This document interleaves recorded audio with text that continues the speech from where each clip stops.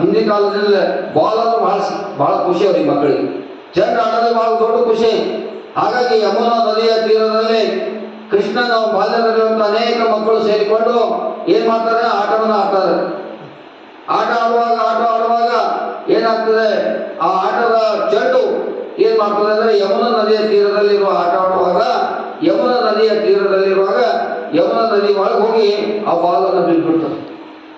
ಬಾಲನ್ನು ಬಿದ್ದಾಗ ಈಗೆಲ್ಲ ನಾವು ನೋಡ್ತೇವೆ ಚಿಕ್ಕ ಮಕ್ಕಳಿಗೆ, ಆ ಚೆಂಡು ಎಲ್ಲೇ ಹೋಗ್ಬೇಡಿ, ಅದು ನಾಲೆಯಲ್ಲಿ ಹೋಗ್ಬೇಡಿ, ತಗಡ ಮ್ಯಾಗ ಹೋಗ್ಬೇಡಿ, ಗಿಡದಾಗ ಹೋಗ್ಬೇಡಿ. ಆ ಮಗು ಏನ್ ಮಾಡ್ತದೆ, ಅಲ್ಲ ಹಾವದ ತೇಳದ ಅದು ಅದ ತೆಗ್ಗದ ಬೀಳ್ತೀನಿ ಎಂಬ ಭಯ ಆ ಮಗುಗೆ ಇರಲ್ಲ. ಈ ನೋಡಿ ಅಬ್ಸರ್ವ್ ಮಾಡಿ ನೋಡ್ರಿ, ಎಲ್ಲ ಚಿಕ್ಕ ಮಕ್ಕಳು ಬಾಲ್ ಆಡುವಾಗ ಹೆಂಗ ನಾಲೆಯಲ್ಲಿ ಬಿದ್ದರೂ ಕೂಡ ತೆಗೆಯೋದು ಪ್ರಯತ್ನ ಮಾಡ್ತದೆ ಮಗು. ಹಾಗೆ ಭಗವಾನ್ ಕೃಷ್ಣ ಏನಂದ್ರೆ ಬಾಲ್ಯದಲ್ಲಿ ಆಡುತ್ತಿರುವ ಸಂದರ್ಭದಲ್ಲಿ ಬಾಲ್ ಅನ್ನ ಯಮುನಾ ನದಿಯಲ್ಲಿ ಬಿಟ್ಬಿಡ್ತದೆ ಬಾಲ್. ಆಗ ಎಲ್ಲ ಹುಡುಗರ ಬಾಲ್ ಹೋಯ್ತು ಎಲ್ಲಿಗೆ ಹೋಯ್ತು, ನೀರಿನಲ್ಲಿ ಹೋಗಿ ಮುಳುಗೋಯ್ತು ಅಂತ.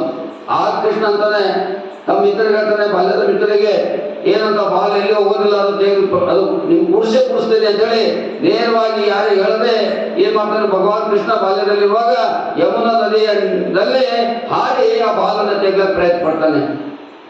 ಆ ಬಾಲನ್ನು ತೆಗೆದಾಗ ಆ ಎಲ್ಲ ಹುಡುಗರು ಅಂತ ಇರ್ತಾರೆ, ಏನಂತ, ಕೃಷ್ಣ ನೀರಿನಲ್ಲಿ ಮುಳುಗಿಲ್ಲ.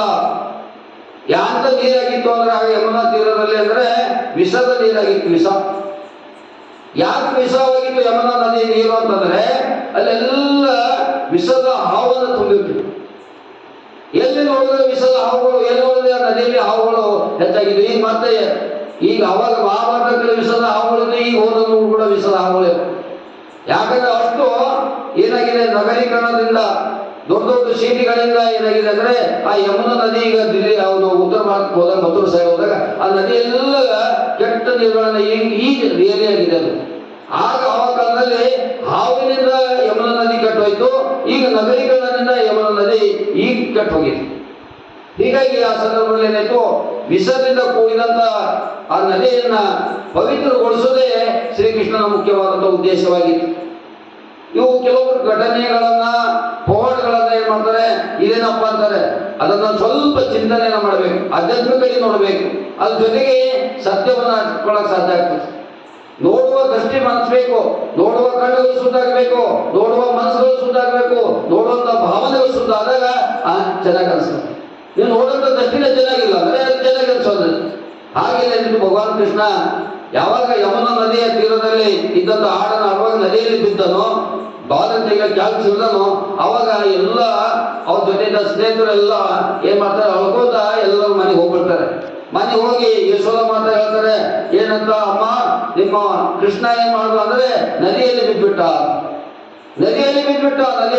ಅಂದಾಗ ಇಡೀ ಗೋಕುಲ ಜನ, ಒಂದವ ಜನ ಯಶೋಧ ಏನ್ ಮಾಡ್ತಾರೆ, ನನ್ನ ಮಗು ನೀರಿನಲ್ಲಿ ಬಿದ್ದ ಅಂತ ಹೇಳಿ ಅಳ್ಕೋತ ಬಂದ್ಬಿಡ್ತಾರೆ. ಎಲ್ಲರೂ ಗಾಬರಿ ಆಗ್ತಾರೆ, ಕೃಷ್ಣ ನದಿಯಲ್ಲಿ ಬಿದ್ದ ಅಂತ ಹೇಳಿ ಎಲ್ಲ ಹೆಣ್ಮಕ್ಳು ಗಂಡು ಎಲ್ಲರೂ ಇಡೀ ಒಂದೊಂದು ಜನ ಏನ್ ಮಾಡ್ತಾರೆ, ಯಮುನಾ ನದಿಯ ತೀರದಲ್ಲಿ ಬಂದು ಕೃಷ್ಣನ ನೋಡಕ್ಕೆ ಪ್ರಯತ್ನ ಪಡ್ತಾರೆ. ಆಗ ಮಗುವಾದಂತ ಕೃಷ್ಣ ಏನ್ ಮಾಡ್ತಾನೆ, ನದಿಯ ಒಳಗಡೆ ಹೋದಾಗ ದೊಡ್ಡ ನಾಗರ ಹಾವು ಇರ್ತದೆ. ಆಗ ವರ್ಣನೆಯಲ್ಲಿ ಬರ್ತದೆ ಕೆಲವು ಗ್ರಂಥಗಳಲ್ಲಿ ಏನಂದ್ರೆ, ಈಗ 7 ಎಡೆಯ ಹಾವು ಅಂತ ಕರಿತೇವೆ. ಆಗ 100 ಎಡೆಗಳ ಹಾವನ್ನ ಆ ಯಮುನಾ ನದಿಯಲ್ಲಿ ಇರ್ತದೆ.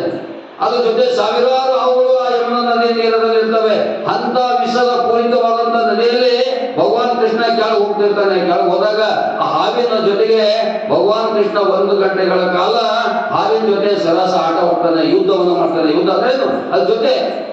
ಆಗ ಕೊನೆಗೆ ಏನಾಗ್ತದೆ, ಆ ಯುದ್ಧದಲ್ಲಿ ಅಂದ್ರೆ ಕೃಷ್ಣ ಮತ್ತು ಆ ನಾಗರ ಹಾವು ಅಂದ್ರೆ 100 ಎಡೆಗಳ ಹಾವನ್ನ ಏನ್ ಮಾಡ್ತದೆ, ಆ ಕೃಷ್ಣನಿಗೆ ಕೊನೆಗೆ ಶಾಣನಾಗ್ತದೆ. ನೀನು ಸಾಮಾನ್ಯವಲ್ಲ, ನೀನೇನಾಗಿದೆ ಅಂದ್ರೆ ನೀನು ಸಾಕ್ಷಾತ್ ವಿಷ್ಣುನಾಗಿದೆ. ಆ ವಿಷ್ಣುನ ಪಕ್ಕದಲ್ಲಿ ಇರೋದೇ ನಾನು. ನನಗೆ ಅರಿವಾಗಲಿಲ್ಲ, ಜ್ಞಾನ ಬರಲಿಲ್ಲ, ಯಾಕಂದ್ರೆ ಸತ್ಯವಾದ ಅರ್ಥವನ್ನು ಮಾಡ್ಕೊಂಡಿಲ್ಲ. ಪ್ರಭು ನೀನು ಏನಾಗಿದೆ, ವಿಷ್ಣುನಾಗಿದ್ದೇನೆ, ನಾನು ಶೇಷನಾಗಿದ್ದೇನೆ ಅಂತ. ಇಲ್ಲಿ ಒಂದೊಂದು ಸಂಬಂಧ ಇದೆ.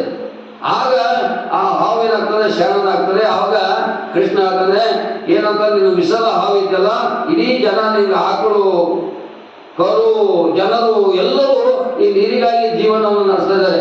ಜೀವನ ಉಸಿರಾಗಿದೆ ಈ ನದಿ. ಯಮುನಾ ನದಿಯ ತೀರದ ಜನ ಏನಿದೆ ಅವರ ಜೀವನವಾಗಿದೆ. ಅವ್ರು ಇದ್ರ ಮೇಲೆ ಬದುಕಬೇಕು, ಅವ್ರು ನೀರನ್ನು ಕುಡಿಬೇಕು. ಆದ್ರೆ ನೀವು ವಿಷವನ್ನು ಕುಡಿಸ್ತಾ ಇದ್ದಿಲ್ಲ, ಅದಕ್ಕೆ ಏನ್ ಮಾಡ್ಬೇಕು ಅಂದ್ರೆ ಎಲ್ಲ ಯಾರು ನೀರು ಕುಡಿತಿದ್ರು ಅಲ್ಲಿ ಪ್ರಾಣಿ ಪಕ್ಷಿಗಳು ಎಲ್ಲರೂ ಏನ್ ಮಾಡೋದು ಪ್ರಾಣವನ್ನು ಕಳ್ಕೊತಾ ಇದ್ರು. ಅದಕ್ಕಾಗಿ ಏನ್ ಮಾಡು, ಈ ನದಿನಿಂದ ಏನ್ ಮಾಡುವ ಪಾರ ನದಿಗಳನ್ನ ಬಿಟ್ಟು ಹೋಗು.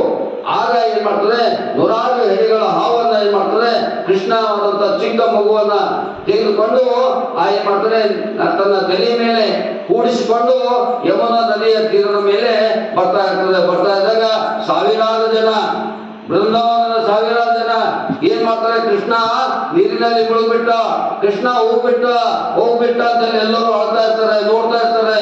ಸಣ್ಣವರು ದೊಡ್ಡವರು ಎಲ್ಲರೂ ದೃಶ್ಯ, ಎಲ್ಲರ ಭಾವನೆ ಎತ್ತ ಕಡಿಮೆ ಸಾಕ್ತದೆ. ಅಂದ್ರೆ ಎಲ್ಲರೂ ನದಿಯಿಂದ ಕಡೆ ನೋಡ್ತಾ ಇರ್ತಾರೆ. ನದಿಯಲ್ಲಿ ನೋಡ್ತಾ ಇದ್ದಾಗ ಕೃಷ್ಣ ಹೋದ. ಆಗ ಎಲ್ಲರೂ ಒಂದ್ ಕಡೆ ಆಡ್ತಾ ಇರ್ತಾರೆ, ಒಂದ್ ಕಡೆ ವರ್ಣನೆ ಮಾಡ್ತಾ ಇರ್ತಾರೆ.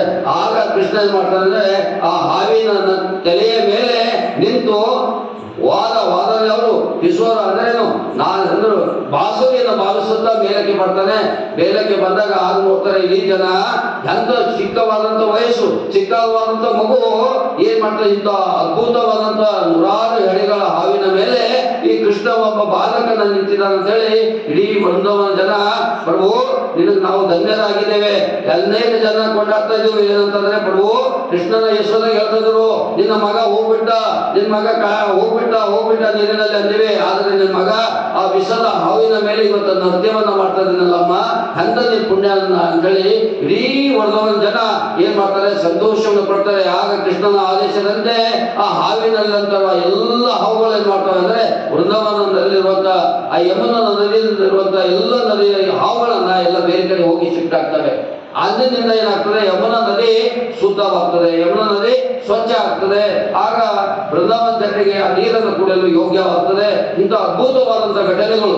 ಅಂದ್ರೆ ಕೃಷ್ಣ ಅಂದ್ರೆ ಏನು, ಎಲ್ಲಿ ಕಷ್ಟ ಇದೆ ಅಲ್ಲಿ ಬೆಳಕನಾಗ್ತಾನೆ, ಎಲ್ಲಿ ದುಃಖ ಇದೆ ಅಲ್ಲಿ ಸುಖವನ್ನ ಕೊಡ್ತಾನೆ. ಅದು ಬಲ್ಲವರಿಗೆ ಬಲ್ಲವರು ಅಂತ ಹೇಳಿ ಭಾಷೆ ಗೊತ್ತಿಲ್ಲ. ಇವತ್ತ ನಾವ್ ಏನ್ ಮಾಡಿದ್ದೇವೆ ಆಧುನೀಕರಣದಲ್ಲಿ, ನಾನೇ ದೇವರು, ನಾನೇ ಶ್ರೇಷ್ಠ, ನಾನೇ ಎಂಬ ಅಹಂಕಾರದ